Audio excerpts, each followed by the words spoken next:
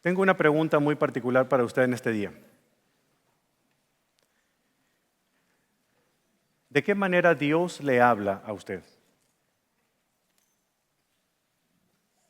¿Sí me escuchó bien? ¿Le habla a usted cuando está leyendo la Biblia, cuando está orando? Pero cuando Dios le habla, ¿lo hace en forma audible? ¿Escucha una voz que le dice, Carlos, te dije que hicieras esto y no se te olvidó? ¿O simplemente es un pensamiento que usted tiene en su mente y le da vueltas hasta que toma una decisión y finalmente descubre que Dios está hablando en su interior? ¿Le habla a través de sueños, de visiones, como algunas personas claman? La pregunta la voy a hacer más profunda. ¿Cree usted realmente que Dios habla? Y lo veo que está sintiendo con su cabeza. Y esta, le prometo, es mi última pregunta. ¿Cree usted que Dios le va a hablar a usted en este momento? Pues de acuerdo a lo que dice la palabra de Dios en Hebreos 3:7, Dios le va a hablar. Y la petición que hace el escritor de Hebreos es, al escuchar la voz de Dios, por favor, no endurezcan sus corazones, sino que obedezcan a lo que el Señor quiere decirles en este día. El autor Henry Blackaby, en su libro Mi experiencia con Dios, argumenta lo siguiente respecto a escuchar la voz de Dios.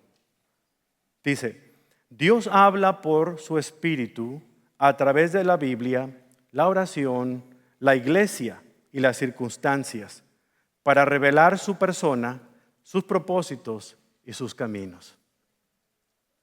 Y añade lo siguiente, y cuando Dios habla, no es para nuestro entretenimiento, información ni consideración, sino para nuestra obediencia inmediata. ¿Cree usted esto? Ruego a Dios que así sea. Porque si usted no cree esto que acaba de decir este autor, entonces creo que estamos en el lugar equivocado. Porque deberíamos estar en cualquier otro lugar menos en una iglesia cristiana. Si estamos aquí únicamente para ser entretenidos, para aprender información o para considerar las cosas, a ver si digo sí o si digo no, si está usted con ese motivo en este día, tenga la amabilidad de en cualquier momento irse de aquí y no volver. ¿Sí me escuchó bien? Porque está perdiendo usted el tiempo. ¿Sabe? Como predicador me siento cansado muchas veces de poder abrir la palabra de Dios y tratar de explicar algún mensaje de la Escritura donde el Señor abiertamente nos desafía a decir o hacer algo y simple y sencillamente parecer como que todo entra por un oído y sale por el otro y no pasa absolutamente nada. Pero no es culpa suya. Es simple y sencillamente que estamos viviendo en un mundo tan distraído, que nos distrae con tantas cosas, que preferimos pasar más tiempo revisando las redes sociales, Facebook, Twitter y todo lo demás, en lugar de pasar, aunque sea unos minutos, abriendo la palabra del Señor, porque el Señor usa su palabra para hablarnos. ¿Sabe? Dios es íntimamente personal y lo hace de una manera tan especial porque se muestra tan personal con cada uno de nosotros y nos habla de una manera muy particular. Él no utiliza un molde para decirnos que de esta manera le habla a José, a Lupita, a Carlos, no. Él es muy particular con cada uno. Y como es de estrafalario nuestro corazón, de esa manera Él busca la manera de comunicarse. Y es que no descarto la posibilidad de que a usted que le encanta estar en Facebook, de repente le llegue un mensaje de Dios, porque es la única manera en que puede captar su atención. Pero se va a quedar esperando mucho tiempo, porque no creo que sea el método que él utilice. Nunca lo ha sido, no creo que lo sea alguna vez. Pero Dios nos habla, hermanos, de maneras distintas, pero Dios nos habla. Por ejemplo, a mi esposa Carla, Dios en ocasiones le habla a través de un pensamiento que ella tiene en su mente de manera recurrente y a veces ora, lee las escrituras, consulta conmigo, con otra persona y después de eso toma acción y lo ejecuta. Es cuando todo eso ha pasado y mira hacia atrás cuando descubre que realmente era Dios quien estaba indicándole algo y le da gracias a Él por haber tomado la decisión correcta. En mi caso es diferente. La palabra de Dios viene a mí cuando converso con ella o con un amigo, cuando estoy leyendo un libro. Dios de una manera especial me conoce y utiliza un buen libro como anzuelo para captar mi atención y arrastrarme de vuelta a las Escrituras para impregnarme de ellas y entonces comunicarme algo tan particular. Lo ha hecho varias veces y disfruto leer y yo creo que es por eso que escoge algo muy particular para captar mi atención. Hace algunos años precisamente leí la introducción de un libro que marcó mi vida para siempre. Tropecé con una frase de Howard Thurman que dijo: no te preguntes a ti mismo qué es lo que el mundo necesita. Pregúntate qué es lo que te hace sentir vivo y luego ve y hazlo. Porque lo que el mundo necesita son personas que se sientan vivas y que vivan la aventura. La verdad me quedé sin habla. Es que toda mi vida he querido ser lo que otras personas quieren que yo sea. Toda mi vida le he preguntado a cada persona que me encuentro qué es lo que yo supone que debiera ser. Personas llegan y me dicen: es que tú no eres un líder porque tú no te comportas de esta manera ni de esta manera. Es que tú no eres un buen pastor porque tú no haces esto, ni esto, ni esto otro. Es que tú no eres tal vez un buen cristiano porque no haces aquello y aquello. Y hay una serie de cosas y mi cabeza a veces se confunde con tantas opiniones. Pero es que realmente el mundo va a decir lo que ellos consideran y alguien más les ha dicho a ellos que deben de pensar y hacer. Lo que yo quiero al preguntar a otros qué esperan de mí o cómo esperan que me comporte, quizás sea eludir la responsabilidad de preguntarle a Dios qué es lo que Él quiere que yo haga. Y nos convertimos, como dice el escritor Buckner, nosotros estamos en constante peligro de no ser actores del drama de nuestras vidas, sino solo reactores para ir donde el mundo nos lleve y dejarnos arrastrar por cualquier corriente fuerte que encontremos a nuestro paso. Esa es la razón por la que muchos cristianos son arrastrados por vientos de doctrina que les hablan bien a los oídos, pero que los alejan completamente de lo que Dios quiere para cada uno de ellos. No tienen comezón de oír el evangelio puro y sin diluir de la palabra. Quieren oír charlatanerías y cosas falsas porque les hace sentir bien. Y les hace sentir que así como están perfectamente, que no tienen que cambiar nada. Pero esta no es una realidad. Cuando yo escuché la frase de Thurman, entonces pude comprender que realmente Dios sí me estaba hablando. Porque tuve que salir de mi Ur, así como Abraham, dejar tierra, parentela, para irme a un lugar donde yo no conocía, con gente que yo nunca había estado, prepararme para no sé qué cosa Dios tenía para mí. Y vine al Seminario Teológico de Dallas. Por esa razón, cuando se me invitó a venir a la iglesia a comenzar este ministerio, después de decir no porque no sabía qué iba a pasar con mi vida, si de repente ya tenía que irme por mi estatus migratorio y todo lo que ustedes quieran, debía quedarme o no, decidí creerle a Dios y tomar la iniciativa de comenzar este ministerio. Claro, es Dios quien lo hizo a través de mí. Es por eso que hace 10 años les dije sí a una invitación tan particular cuando todo el mundo me decía, pero no vas a poder, es demasiado, de comenzar a ser la voz del pastor Sindola en el programa Visión para Vivir, un programa que en todos estos años ha impactado tantas vidas alrededor del mundo hispanohablante. Y el privilegio que Dios me da de poder viajar, aun cuando muchos de ustedes como iglesia se molestan porque casi no estoy aquí con ustedes, porque no estoy cuando se me necesita, la verdad es que considero que estoy donde el Padre Celestial quiere que yo esté. La verdad es que es a Él a quien me debo. Y confío que esta iglesia está bien cuidada porque es la iglesia de Cristo. Y porque el Señor levanta a buenos líderes aquí en esta congregación para amar y cuidar a esta congregación. Porque el sueño de mi vida es que esta iglesia, unos a otros, se cuiden, se protejan y aprendan, discipulándose mutuamente. Sí, es verdad, estoy cansado. Pero descanso en la promesa del Señor de que Él es el que hace la obra, no yo. Y eso es lo que me motiva a seguir adelante, a tratar de vivir y no solamente existir, a tratar de realmente tener esta aventura con Él y no solamente a irla pasando ahí, viviendo un cristianismo mediocre, únicamente conformándome por venir, sentarme, pensar lo que me dicen, irme y mi vida continúa igual. No me conformo con eso. Y no quisiera que usted se conformara con lo mismo. Mi reto es que usted viva una aventura con Dios. Por eso el tema central de este mensaje es este. Para poder ser sensibles a la voz de Dios, debemos estar dispuestos y disponibles para hacer o decir lo que Él requiere, aunque esto sea riesgoso. Muchos no se atreven a hablar de Cristo. Muchos no se atreven a evangelizar o a discipular a alguien porque tienen temor a que sean rechazados por familiares o amigos o que ya no los vean como antes los veían. ¿Saben qué? Eso es cobardía. Porque el Señor se lo dijo al apóstol Pablo: yo no me avergüenzo del evangelio porque es poder de Dios para salvación. Y si alguien tiene la respuesta, si alguien tiene la solución a la muerte eterna en el infierno, es vergonzoso que alguien que tenga la solución, el antídoto para una muerte segura, no lo comparta con nadie.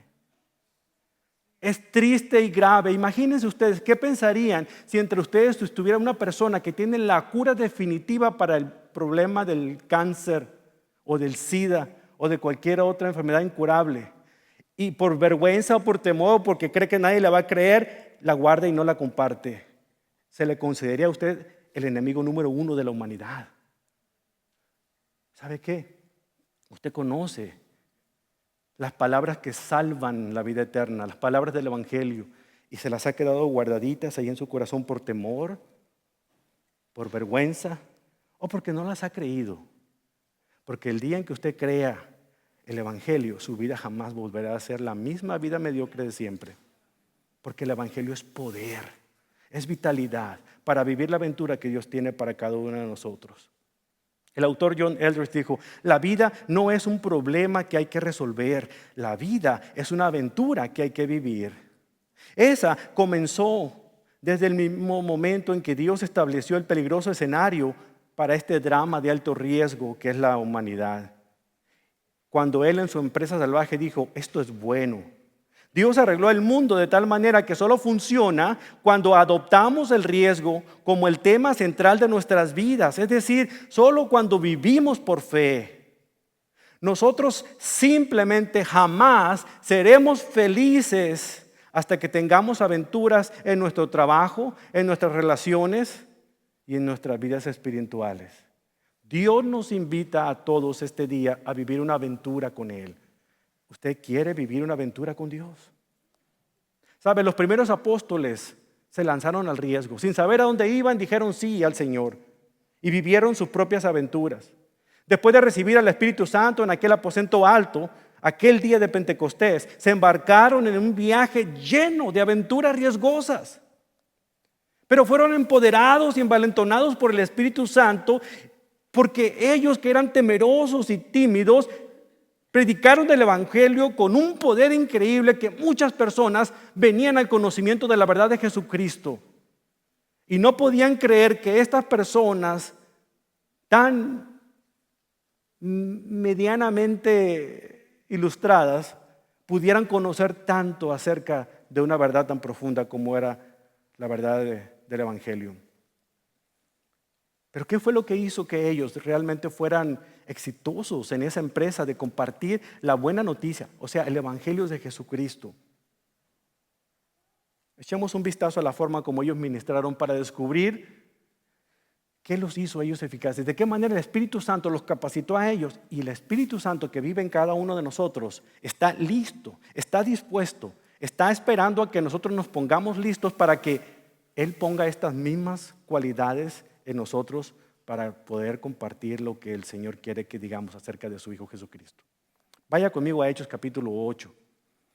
Hechos capítulo 8, versículo 25 al 40. Mientras usted lo busca, déjeme hablarles un poquito acerca del ministerio de los apóstoles en el primer siglo.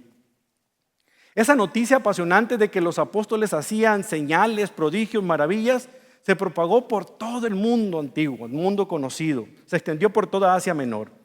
Por medio del poder del Espíritu Santo, apóstoles como Pedro y Juan sanaron a muchas personas. En una ocasión, en Hechos 3, vemos que sanaron a un cojo que estaba sentado a la puerta del templo pidiendo limosna. Cuando Pedro salió de ahí y vio al cojo ahí sentado, mendigando, pidiendo una limosna, como buenos misioneros que eran, no tenían ni que caerse muertos, no tenían ni un 5 partido por la mitad. Y dijeron, no tenemos ni un peso, ni un dólar, no tenemos ni oro ni plata. Pero lo que tenemos te damos. ¿Qué tenían ellos? Tenían al Espíritu Santo viviendo dentro de sí. Por eso pudieron decirle a aquel cojo, mira, levántate y camina. Y extendieron su mano para que se apoyara y el hombre sorpresivamente se levanta y comenzó a caminar, a dar saltos y glorificar al Señor. Luego Pedro predicó apasionadamente otro de sus sermones a una multitud reunida en el pórtico de Salomón, una de las 2 únicas partes del antiguo templo reconstruido que no había sido quemado. El pórtico de Salomón era especial porque era una galería cubierta con columnas que daban sombra y la gente que se sentaba ahí escuchaba las pláticas que tenían para ellos. Pero ese lugar estaba muy cerca del templo, por lo tanto, los líderes judíos religiosos y seguramente aquellos que hicieron el complot para que asesinaran al Señor Jesucristo en la cruz, estaban ahí escuchando este sermón del apóstol Pedro. Mientras Pedro predicaba el evangelio, esos restos carbonizados del templo podían recordarles a cada uno de ellos su antigua manera de vivir, pero era evidente que Dios estaba haciendo algo nuevo con muchas personas, porque después de que Pedro predicó el evangelio en ese momento, muchas personas en la audiencia pusieron su confianza, su fe en Jesucristo como su Señor y Salvador, ante la vista atónita de los líderes religiosos que miraban con ceños fruncidos. Pero la obediencia de estos apóstoles al mandato de Cristo les trajo problemas y trajo consecuencias, porque los sacerdotes, los líderes religiosos urgieron un plan para meterlos a la cárcel bajo la acusación de que estaban realizando un tumulto, o sea, un escándalo, mientras estaban predicando el evangelio, sanando enfermos en ese lugar. Pero note qué sucedió a continuación en Hechos 5:19. Pero el ángel del Señor llegó de noche, abrió las puertas de la cárcel y los sacó. Luego les dijo, vayan al templo y denle a la gente este mensaje de vida. ¿Se da cuenta? Es un mensaje de vida, no es un mensaje de religión. Es un mensaje que cuando lo escuchan y lo crean volverán a vivir, pero vivir eternamente. Y no solamente cuando ellos mueran en esta vida, sino en la vida en la que están viviendo en esta tierra, van a vivir en abundancia. Porque eso es lo que el evangelio hace. Hace que nosotros vivamos vidas aventureras, vidas apasionadas, vidas fuera de serie. Porque cuando el evangelio es aceptado y creído, la persona no vuelve a ser la misma jamás. Algo ocurre dentro de sí y no puede callarse lo que ha visto, lo que ha oído o lo que ha experimentado. Y no puede esperar a salir corriendo por las puertas para contarle a otros las cosas que han sucedido en su vida. Después de esta milagrosa liberación de la cárcel, los discípulos continuaron su ministerio con un vigor renovado. Pedro, Juan y los otros escogieron a 7 hombres para supervisar el cuidado de las viudas, porque de alguna otra manera las ocupaciones eran tantas, la iglesia iba creciendo y decidieron que 7 hombres que conocieran de la cultura griega o fueran griegos atendieran las necesidades de las mujeres viudas de los griegos. Porque dijeron, no es posible que nosotros descuidemos el llamado que Dios nos ha hecho a estudiar la palabra, a orar por ustedes para irnos a atender las mesas. No es que haya nada de malo en atender las mesas, pero si hay personas que pueden hacer esa obra aún mejor que uno mismo, ¿por qué no cuando la obra es de toda la iglesia? Y escogieron a 7 hombres, les llamaron diáconos, aunque la palabra significa servidor, para que atendieran las necesidades de estas mujeres. Uno de esos diáconos era Felipe. No me confunda este Felipe, diácono, con el apóstol Felipe de los seguidores. No son lo mismo. Este era uno de los servidores, de los diáconos. Y vea lo que sucedió con el ministerio de Felipe allá en Samaria. En Hechos 8 encontramos que había persecución. Pero Felipe, al igual que Esteban, fue fiel al Señor en la encomienda que le daba de ser un buen evangelista, yo diría el primer misionero que ocurrió en la historia de la Biblia. Dios lo iba a usar después de una manera más amplia.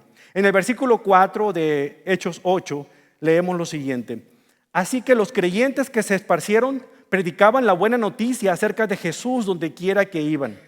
Felipe, por ejemplo, se dirigió a la ciudad de Samaria y allí le contó a la gente acerca del Mesías. Las multitudes escuchaban atentamente a Felipe porque estaban deseosas de oír el mensaje y ver las señales milagrosas que él hacía. Muchos espíritus malignos fueron expulsados, los cuales gritaban cuando salían de sus víctimas, y muchos que habían sido paralíticos o cojos fueron sanados. Y como resultado de esta labor misionera de Felipe, fíjense lo que ocurrió en esa ciudad, versículo 8. Hubo mucha alegría en esa ciudad. Sin embargo, la persecución obligó a muchos cristianos en este tiempo a abandonar sus hogares en Jerusalén para dispersarse por toda Judea, Samaria. ¿Se acuerda de Hechos 1:8? Era lo que el Señor les dijo: y ustedes recibirán poder cuando el Espíritu Santo haya venido sobre ustedes y me serán testigos en Jerusalén, en Judea, en Samaria y hasta los últimos confines de la tierra. Aquí se estaban cumpliendo las palabras del Señor Jesucristo antes de su ascensión. Pero luego sucedió algo verdaderamente extraño. Mientras Felipe estaba predicando y sanando y expulsando demonios, el ministerio de Felipe llamó la atención de un hombre llamado Simón. Era un hechicero de ahí de la ciudad que por muchos años había practicado su magia. Este hombre los había encantado con sus trucos y obras maravillosas y clamaba ser bien importante. De hecho, la gente, de acuerdo a lo que leemos en el versículo 9, se referían a él como el gran poder de Dios, Simón. Pero sus poderes no provenían del Espíritu de Dios, sino de los poderes de la oscuridad, es decir, de Satanás. Simón lo sabía y pronto reconoció que su poder no le llegaba ni a los talones comparado con el poder del Espíritu Santo en la vida de Felipe. Y eso llamó mucho su atención. Como resultado de ver lo extraordinario que se manifestaba el Espíritu Santo en la vida de Felipe, él se aceptó el Evangelio, creyó en Jesucristo. Y fue bautizado. Versículo 13. Pero desafortunadamente, no todo aquel que hace la oración del pecador, ni el que se bautiza, comprende las implicaciones de la salvación. Simón no parecía entender exactamente cómo obraba el Espíritu Santo. Él pudo haber aceptado el mensaje del Evangelio solamente porque a lo mejor deseaba tener eso que tenía Felipe.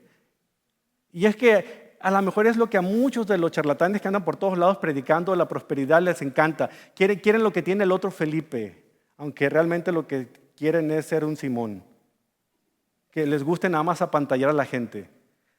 Esto era lo que él quería, por eso decidió entrar a esta religión y aceptar a Cristo y bautizarse. La codicia por el poder de hacer milagros comenzó a roer su mente y su corazón y decidió hacer lo que fuera posible para conseguir ese poder.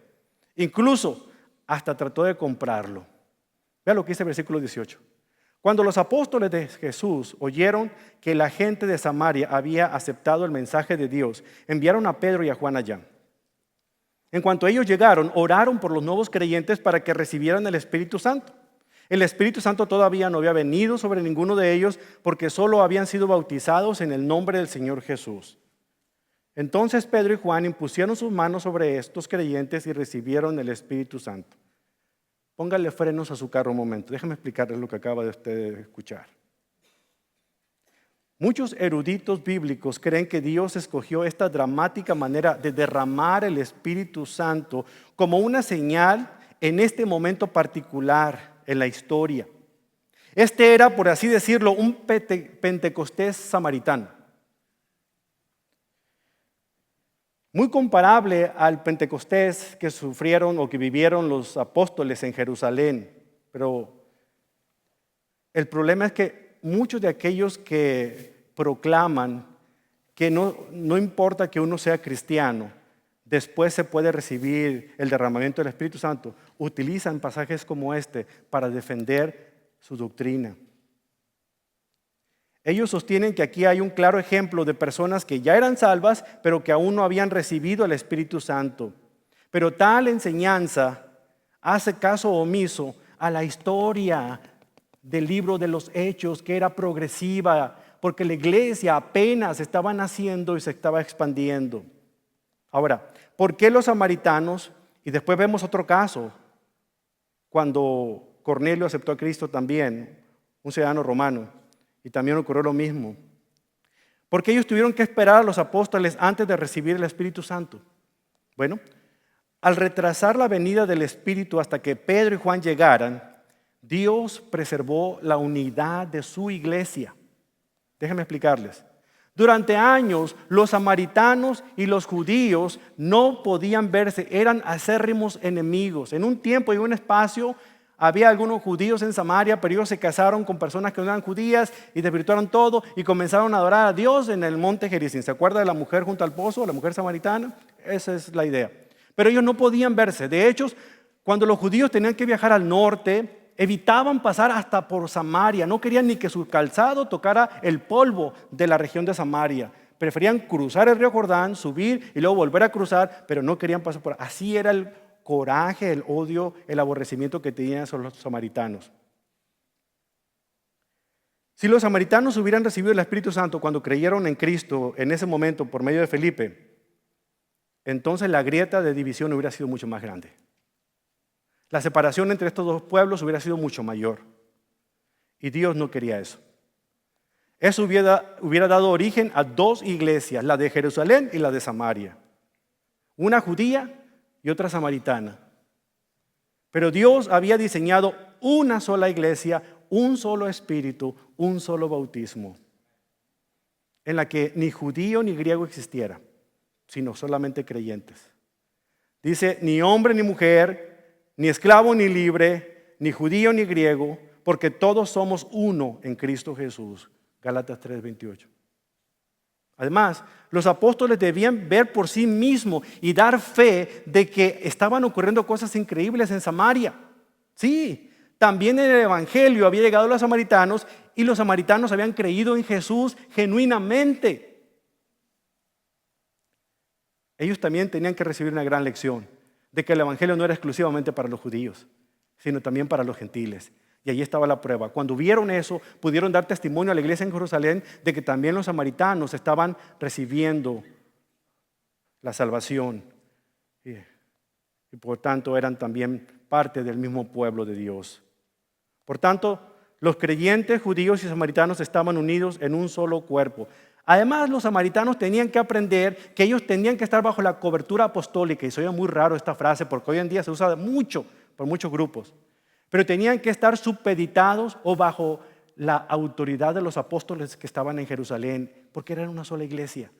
Es por eso que hasta que no llegaron Pedro y Juan, cuando pusieron manos sobre ellos, hasta ese instante ellos recibieron al Espíritu Santo. Y obviamente también comenzaron a hablar en otros idiomas que ellos no conocían para predicar el Evangelio. Eso fue lo que llamó la atención de un hombre como Simón. Ese don espectacular de que cuando le imponían las manos le interesó. Fíjese lo que dice el versículo 18. Cuando Simón vio que el Espíritu se recibía cuando los apóstoles imponían sus manos sobre la gente, les ofreció dinero para comprar ese poder. Déjenme tener ese poder a mí también, exclamó. Para que cuando yo imponga las manos sobre esas personas, reciban al Espíritu Santo. En su mente estaban, cachín, cachín, cachín, todo lo que iba a ganar de dinero. Noche de milagros, traiga a todos sus enfermos. ¿Les suena eso parecido a la realidad de hoy? Mera coincidencia. Simón trató a los dos apóstoles como si fueran compañeros practicantes de magia y estuvo listo para negociar el precio a fin de comprar el secreto que ellos tenían. Pero Pedro, si algo tenía es que Pedro no tenía pelos en la lengua. Y aunque nuestro pasaje dice que tu dinero se destruya junto contigo, otra traducción bíblica dice, tú y tu dinero se van al diablo. Prácticamente así sonaba, de fuerte, de lo molesto que él estaba. Que tu dinero se destruya junto contigo por pensar que es posible comprar el don de Dios. Y todavía hay gente en nuestros días que piensa que puede comprar el don de Dios. No sé qué Biblia están leyendo, sinceramente. Tú no tienes parte ni derecho en esto porque tu corazón no es recto delante de Dios. Por lo tanto, arrepiéntete de tu maldad y ora al Señor. Tal vez Él perdone tus malos pensamientos porque puedo ver que estás lleno de una profunda envidia y que el pecado te tiene cautivo. ¿Pero que no es salvo? ¿Que no está bautizado? Es para que ustedes se den cuenta que aunque vea mucha gente aquí cristiana y ya bautizada, solamente Dios sabe quién realmente es genuinamente cristiano. ¿Por qué? Porque por sus frutos los conoceréis. Si hay frutos que rinden salvación en la vida de nosotros, es la evidencia palpable de que realmente algo ha ocurrido dentro de nosotros. Si no ha ocurrido nada de eso, hermanos, yo creo que tenemos que hablar en serio, en privado, para explicarle las implicaciones de la salvación. Es más, hago un paréntesis porque a partir de este otoño va a haber 3 clases ofrecidas a las 9 de la mañana con un mismo tema. Las 3 clases van a hablar del mismo tema. Se llama Sígueme y van a explicarles qué significa seguir a Cristo, cuáles son las implicaciones de la salvación, cómo puedo yo entender lo que significa el Evangelio para mí, cómo puedo compartirlo y también cómo yo puedo ser discipulado o discipular a alguien más. Así es que no hay excusa si usted dice, es que yo no sé. No, va a haber 3 clases. Maranata suspende sus clases para dedicarse a enseñar este tema, Sígueme. Entonces, paréntesis, luego me pagan ahí la cuota, hermanos, para el anuncio que les doy. Ahora veamos algo importante, porque los apóstoles habían llegado a atestiguar algo maravilloso que estaba ocurriendo en la región de Samaria. Era como si una mega iglesia había surgido porque muchos samaritanos habían reconocido a Jesús como su Señor y Salvador. Se agolpaban en todos lugares porque querían hablar con Felipe y querían que Felipe de alguna otra manera los bautizara. Él tenía un buen grupo de gente y estaban ahí como, nunca he visto cómo bañan a las reses, ¿verdad? Cuando van pasando una tras otra, a lo mejor así estaban bautizando, vamos, el que sigue, bautizando miles al día, perdónenme la comparación, pobres reses, pero los están bautizando a todos, para poder en ese mismo día bautizar a toda la gente. Esas noticias llegaron a Jerusalén, a la iglesia. Acuérdense, solamente existía una iglesia y la sede estaba en Jerusalén. Entonces, preocupados los apóstoles para ver qué estaba pasando en Samaria, enviaron a 2 de sus mejores contrincantes, Pedro y Juan, para que fueran a ver a Felipe, el diácono, a ver qué es lo que estaba pasando. Porque también los diáconos pueden ser utilizados por Dios, aunque usted no lo crea. Y llegaron y vieron y no podían creer sus ojos. Inmediatamente se remangaron lo que habían traído puestos y empezaron ellos también a bautizar porque era demasiado. Fue en ese momento cuando la obra estaba creciendo, cuando era increíble lo que estaba ocurriendo en Samaria, cuando el Espíritu Santo habla a la vida de Felipe y le da unas indicaciones diferentes. Después de este incidente, Felipe y los otros apóstoles emprendieron una larga caminata hacia Jerusalén, únicamente deteniéndose para predicar el Evangelio. Versículo 25. Sin embargo, Dios mandó a Felipe a dejar ese exitoso ministerio. Muchos de nosotros los pastores, cuando vemos que el ministerio está creciendo, es cuando decimos, no, el Señor me quiere aquí. ¿Y qué si el Señor me dijera a mí en este momento, sabes qué? Precisamente porque está creciendo este ministerio, te necesito en otro lugar. Qué interesante, ¿verdad? Porque a veces pensamos que la única manera en que Dios nos lleve a otro lugar es cuando haya problemas, cuando yo tenga pleitos con el anciano, con el diácono, o cuando la familia más poderosa de la iglesia quiere votarme y está haciendo grilla. Y piensan, el Señor me dice que me vaya a otro lado. Dios no anda con confusiones. No te dice hoy, te quiero en tal lugar, y cuando llegas allá me equivoqué, te quiero otra vez de regreso para atrás. No. Es increíble, pero a veces usted puede estar ejerciendo su mejor ministerio cuando el Señor le dice, te tengo una tarea específica. Quiero que dejes lo que estás haciendo, al cabo yo ya me encargué de ello, porque la obra es de Dios. Ya estaban Pedro, ya estaban Juan. Es como si Luis Palau y Chuck Swindoll hubieran venido a ayudar a Felipe. Felipe, ya está bien cuidada la iglesia en Samaria. Vete al desierto. ¿A dónde, Señor? Sí, al desierto. Pero ahí hay otra iglesia también como esta, así, con sana doctrina. No hay nada, es desierto. Pero allá también hay creyentes. Es desierto. No dijo nada de esto Felipe. Simple y sencillamente, cuando él pudo percibir que era la voz del Espíritu Santo, él simplemente, sin quejas, sin nada, se emprendió el viaje, tal como lo dice el versículo 26.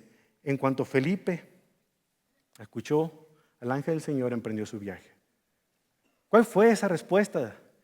Sumisión total al Señor. Ahora, hay 6 cosas que Felipe mostró en este llamado que le hace el Espíritu Santo, que yo animo a que cada uno de nosotros, como hijos e hijas de Dios, tratemos de adoptar en nuestra propia vida, para que nos fortalezcan y nos ayuden a ser más eficientes a la hora de compartir la palabra del Evangelio con alguien más. Tenemos que hacer esto. Así es que usted va a decir, no, pastor, perdóneme, yo tengo 25 años en el Evangelio y yo sé cómo evangelizar. Espérese, precisamente a usted le estoy hablando. Porque seguramente a usted le están faltando algunas de estas características. Y lo único que usted está haciendo es nomás martillarle la Biblia en la cabeza a la gente, pero no convertir a nadie. Pero a lo mejor a usted que nunca ha hecho esta labor evangelística con nadie, de compartir el Evangelio, estas cosas van a hacerle a usted como un bálsamo de agua fresca. Escuche. Primera de ellas, tenga sensibilidad. Sea sensible a la voz de Dios. Versículo 26. Cuando Felipe escuchó al ángel que le dijo, ve al sur por el camino del desierto que va a Jerusalén a Gaza, Felipe inmediatamente emprendió su viaje. Felipe fue sensible a la voz del Espíritu Santo. Respondió inmediatamente, salió de su zona de comodidad, de su ministerio exitoso ahí en Samaria, para irse a un lugar desconocido y desértico en la región de Gaza. ¿Se da cuenta? Todo gracias a que estaba sensible, escuchando la voz del Espíritu Santo. Hay personas que acostumbran decir que Dios les da una revelación que dice, Dios me dijo, Dios me dio palabra para ti, pero casi nunca, ninguno de ellos tiene la sensibilidad para responder al llamado de Dios, de salir de su zona de comodidad y hablarle a un desconocido acerca de Cristo. Tienen palabra para todos en la iglesia, pero ni una sola palabra para un inconverso. No me la creo ni yendo a bailar a Chalma. Felipe estaba tan decidido, establecido en la ciudad de Samaria, con la bendición de Dios.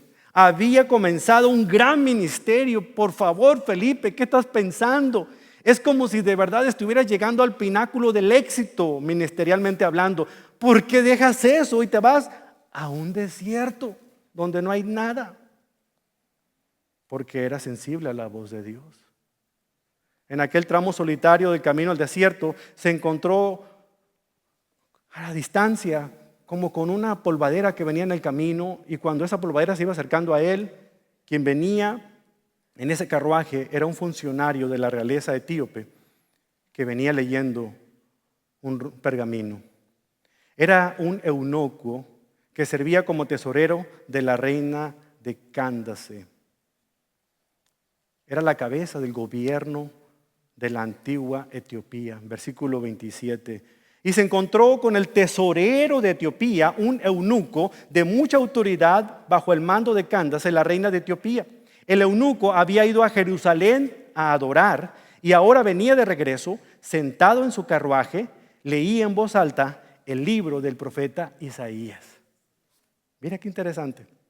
Eunuco en griego significa cuidador de lechos o de recámaras. En Mateo 9:12 se hablaba de 3 categorías de eunucos. 1, los que son de nacimiento, nacieron así con el don de continencia, no sienten apetito sexual por nada ni nadie. 2, los que se hacen eunucos por alguien más, es decir, son castrados. Y 3, los que se vuelven eunucos voluntariamente por razones o causas espirituales, o sea, que están dispuestos a sacrificar sus propios deseos y pasiones naturales para servir en el reino de Dios. La función de estos eunucos en las cortes reales era cuidar de los departamentos interiores y de importancia, pero también del harén de un rey. Por esta razón convenía que este oficial fuera sexualmente impotente. Pero debido a que la castración era prohibida en Israel, los eunucos, de acuerdo a Deuteronomio, no podían entrar en la asamblea, en la congregación. Así es que a él no le importó, él amaba a Dios, él quería aprender de Dios, fue a Jerusalén, lejos, él vivía en Etiopía. y fue hasta Jerusalén para escuchar la palabra de Dios. Imagínense, llueve y usted no viene a la iglesia y este eunuco perdón, ¿qué dije? Se me chispoteó. Viajó por tanto tiempo y no importaba que no le dieran entrada a la asamblea, estaba en un lugar afuera mientras pudiera escuchar lo que se estaba enseñando, porque lo que más anhelaba era conocer la palabra del Señor. Era su amor por el Señor. Tanto así que alguien le hizo llegar un rollo, el pergamino, y era precisamente el libro del profeta Isaías. Posiblemente era lo que habían leído esa mañana, el domingo, que llegó allá a la asamblea. Y él venía leyendo, tratando de entender todo lo que decía el profeta Isaías. Pero debido a que este hombre venía todavía con todo esto, no lograba entenderlo. No solamente Felipe fue sensible a dejar el lugar donde estaba de éxito y llegar a este sitio. No solamente él fue sensible a escuchar la voz del Espíritu Santo, de acercarse al carruaje, fue sensible para ver qué era lo que él necesitaba. Fíjense lo que dice ahí. Aparte de ser sensible, vemos que este hombre tuvo otra cualidad muy importante y estaba disponible para obedecer a Dios. Versículo 29. Este eunuco era sin duda un hombre sabio, pero bien educado, pero aún con todo eso necesitaba ayuda, necesitaba alguien que le explicara la palabra del Señor. Felipe fue sensible y tuvo la disponibilidad de hacerlo. Dice, el Espíritu Santo le dijo a Felipe, acércate y camina junto al carruaje. Felipe se acercó corriendo y oyó que el hombre leía en voz alta al profeta Isaías. La disponibilidad y la sensibilidad son como hermanas gemelas, deben de ir de la mano. Ambas implican estar abiertos a la dirección de Dios, pero son un poquito diferentes porque la sensibilidad apela a los oídos, escuchar y responder inicialmente a Dios, pero la disponibilidad apela a los pies, a ponernos en acción. La sensibilidad dice, Señor, te escucho y ya me estoy preparando para ir. Mientras que la disponibilidad dice, Señor, listo, ya terminé, ¿qué hacemos ahora? Una vez que Felipe dejó Samaria, fijó su mirada en los señalamientos de Dios y siguió el camino. Y nos lleva a la tercera, iniciativa. Tuvo iniciativa, sensibilidad, disponibilidad, iniciativa. Felipe tomó la iniciativa de acercarse al carruaje y de hacer una pregunta, versículo 31. ¿Entiendes lo que estás leyendo? Se emocionó tanto cuando escuchó leer algo que estaba cercano a su corazón, porque como buen evangelista que era Felipe, conocía perfectamente la historia del Mesías escrita por Isaías, en Isaías capítulo 53. Pero se limitó únicamente a hacer una pregunta. Tomó la iniciativa, inició la conversación, lo que nos lleva a la cuarta característica. Tuvo el tacto para conversar con el etíope. Hermanos, el evangelio no es como una caja de bombones. No toda la gente que prueba el evangelio va a decir, qué rico, ¿me das otro por favor? No. Muchas veces el evangelio va a ofender a muchas personas. Pero que cuando el evangelio ofenda a la gente, permita que sea la palabra de Dios la que ofenda. Usted no sea el ofensor. No le añada al evangelio. No sea brusco con la gente. Tenga tacto.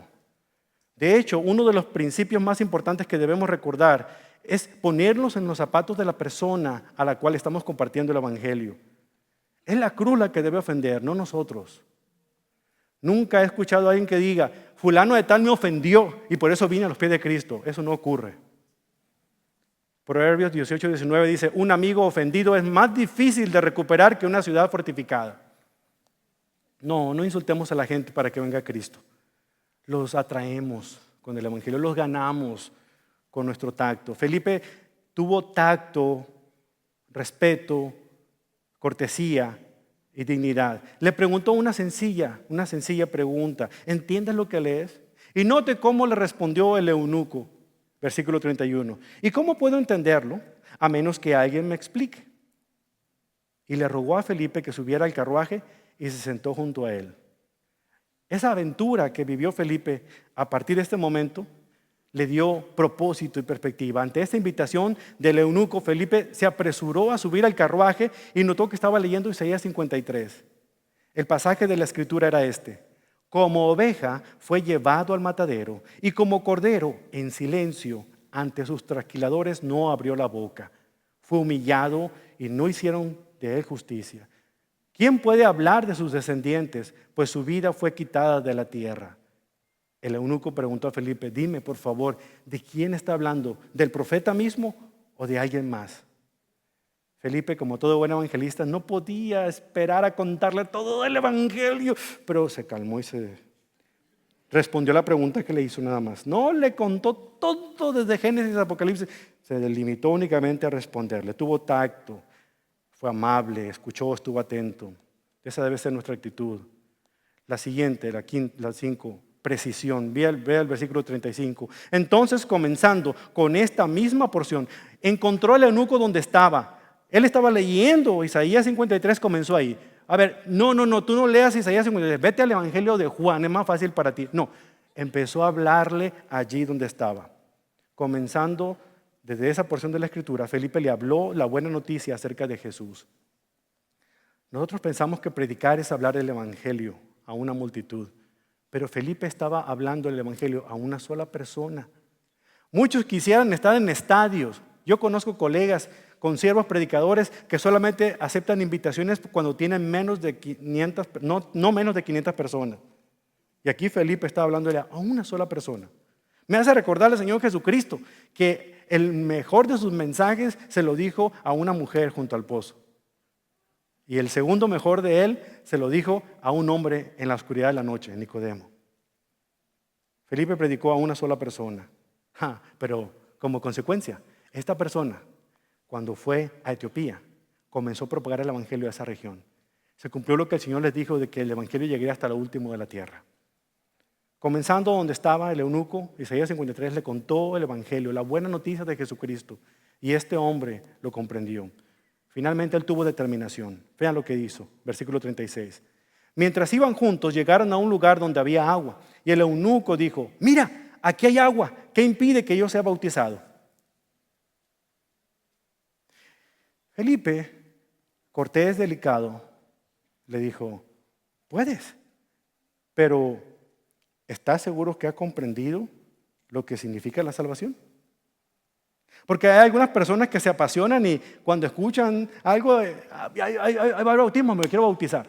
Espérate, vamos a tener una clase de bautismos. Déjame preguntarte algo, ¿entiendes lo que significa la salvación? Le dice Felipe: puedes, respondió Felipe, si crees con todo tu corazón. Entonces el eunuco respondió: creo que Jesucristo es el Hijo de Dios.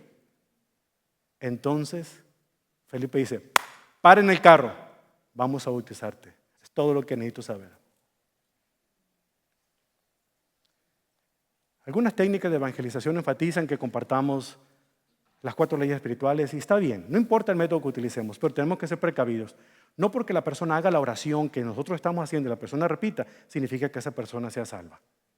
Yo todavía recuerdo la primera vez que hice esa oración. Les puedo decir que me tomó un año entender qué había dicho. No toda la gente que haga la oración significa que es salva. Necesitamos caminar con esa persona. Por eso el proceso de discipulado es importante. Explicarle la salvación y las implicaciones de la salvación es importante para que la persona entonces ate los puntos y comprenda que ya no es lo que antes era y que ahora es una nueva criatura. Una persona no se vuelve cristiana porque hable de religión. Una persona no es cristiana porque venga a la iglesia cristiana. Es como si quisiera convertirse en carro y se metiera a la cochera de su casa. Lo único que hace cuando viene a bautizarse es meterse como un pecador seco y salir como un pecador mojado, si no ha comprendido lo que significa la salvación. Una persona se vuelve cristiana porque tiene el regalo de la vida eterna, por haber confiado en Jesucristo como su Señor, su Salvador, pedirle perdón por sus pecados y prometerle a Él no volver a cometerlos más, con su ayuda, desde luego. Pero no se equivoque, si usted nunca ha puesto su confianza en Jesucristo como su Señor y Salvador, usted no es cristiano. No importa los años que tenga aquí en esta iglesia. Si usted nunca ha confiado en Jesucristo como su Señor y Salvador, usted no es cristiano. Punto. Pero puede hacerlo este día, si al final nos busca a los pastores y le explicamos cómo hacerlo. Este eunuco fue bautizado. Inmediatamente Dios hizo un milagro en su corazón ese día. Pero aún no ha terminado. Y mire lo que sucedió después, versículo 39. Cuando salieron del agua, el Espíritu del Señor arrebató a Felipe. El eunuco nunca más lo volvió a ver, pero siguió su camino con mucha alegría. De repente, cuando salió del agua y estaba emocionado, ¿y Felipe? ¿Dónde se fue Felipe? Se fue contento a su casa. Pero vea algo importante que ocurrió con Felipe en el versículo siguiente. Felipe se encontró más al norte, en la ciudad de Azoto, predicó la buena noticia allí y en cada pueblo a lo largo del camino hasta que llegó a Cesarea. Dos cosas aquí. Una cosa es bien importante. Cuando usted haya puesto su confianza en Cristo, es el único requisito que usted tiene para ser bautizado. En el Nuevo Testamento vemos que cuando una persona cree en Cristo, inmediatamente era bautizado. Pero déjeme decirle algo importante de lo que dice esta historia. El bautismo es otra manera de testificar de Cristo. Porque cuando la persona se bautiza, hay muchas personas, amigos y familiares que no son cristianos, que han venido a los bautismos. ¿Y qué creen? El hecho de hacer esa declaración pública de fe, de morir de la antigua manera y de resucitar a una nueva vida, es un testimonio para otros que están pensando y dicen, ¿pero por qué lo hace? Y se interesan por conocer más del Evangelio. Ese es un testimonio de obediencia a lo que ya han creído. Es una manifestación externa de algo que ocurrió internamente. Por lo tanto, si usted ya es cristiano y no se ha bautizado, por favor no espere más. Vea los anuncios de nuestro boletín porque estamos próximos a tener bautismos. No tiene por qué esperar más. Únicamente venga y si tiene dudas, le damos la respuesta en una clase. La otra implicación importante aquí es que Felipe no solamente tuvo una aventura maravillosa con el Señor, fue uno de los primeros teletransportados. Porque en ese momento, ¡fum!, desapareció de ese lugar y apareció días de camino de distancia en la ciudad de Azoto, por allá en la región al sureste de Samaria. ¿Sabe usted por qué él experimentó algo así? No porque usted tiene que experimentar esas cosas también y esté en trance y se teletransporte de aquí o allá. No. ¿Sabe por qué esta implicación está aquí? Es por la urgencia que Dios tenía de propagar el Evangelio a toda la tierra en el tiempo más rápido que fuese posible. Hoy en día, gracias a los medios masivos de comunicación, las redes sociales, nosotros podemos estar en cualquier parte del mundo compartiendo el Evangelio, no las tonterías que a veces ponemos en Facebook. Podemos estar hablándole de un texto bíblico. Utilicemos las herramientas. No permitan que esas herramientas nos utilicen a nosotros y nos emboten en el entendimiento, nos alejen de Cristo y hagan que el diablo se carcajee simplemente porque nos tiene distraídos, completamente enajenados y ni siquiera pasamos tiempo con nuestros seres queridos. No dejemos que esas cosas nos impidan hacer. Usémoslas para la gloria de Dios y el engrandecimiento de su reino. No vamos a ser teletransportados, a menos cuando Cristo venga en el arrebatamiento. Pero sí podemos nosotros hacer cosas grandes en otra parte del mundo. Si tomamos en serio, le creemos a Dios y nos convertimos en esos misioneros en línea. De verdad que hoy tenemos la gran oportunidad de poder hacerlo. ¿Por qué? Porque usted hoy más que nunca tiene la particularidad de tocar otras vidas con el Evangelio de Cristo. Hermano, la vida está llena de magníficas aventuras. Montañas que hay que escalar, fronteras que hay que cruzar, récords que hay que romper, objetivos que hay que alcanzar. Pero la mayor aventura de todas que Dios tiene para cada uno de sus hijos es tocar la vida de otras personas con el Evangelio de Jesucristo. El Señor ha reservado eso para usted y para mí. Piense en ello. Es muy probable que usted esté leyendo esto en la Biblia, este pasaje. Es muy probable que usted me esté escuchando aquí en la iglesia o me esté escuchando a través de las redes sociales porque era a usted a quien el Señor quería llamar su atención y hablarle directamente. Él se preocupó por usted porque quiere que usted y yo tomemos acción inmediata y comencemos a compartir la buena noticia de salvación. Usted no tiene que ir al seminario, ¿sabe? Lo que usted sabe de Cristo hasta este momento es mucho más de lo que el promedio de la mayoría de los seres humanos saben en el planeta Tierra. Porque muchos de ellos ni siquiera han escuchado ni la 1/10 parte de lo que usted conoce de la Biblia. Es un privilegio hacer un impacto interno al presentarle a la gente la vida y la persona de Cristo. Porque la palabra del Evangelio da vida a unas personas que están muertas espiritualmente. Pero ¿sabe qué? Nadie lo va a hacer por usted. Dios le ha colocado a usted en el lugar donde usted trabaja porque solamente usted puede alcanzar a la gente con quien usted trabaja. Dios le ha colocado a usted en la escuela donde usted estudia porque solamente usted va a impactar a la gente que le rodea en ese salón de clases o los maestros. Dios le ha colocado a usted en esa guardería para que usted haga la obra evangelista en esa guardería de una manera sutil, con estas cualidades que le acabo de decir. para que cuente la buena noticia de salvación. El privilegio que usted tiene es grande. Dios no le ha colocado en un lugar para que sea un modelo de lo que es ser cristiano. Dios quiere que usted sea las manos y los pies de Cristo donde quiera que usted se encuentre. Recuerde, cuando Dios habla, no es para nuestro entretenimiento, no es para nuestra información, no es para nuestra consideración. Cuando Dios habla, es para nuestra obediencia inmediata. Para ser sensibles a la voz del Señor, hermanos, debemos estar dispuestos y disponibles para hacer lo que Él diga y hacer lo que Él requiera, aunque esto represente riesgos. ¿Está usted listo? Póngase de pie.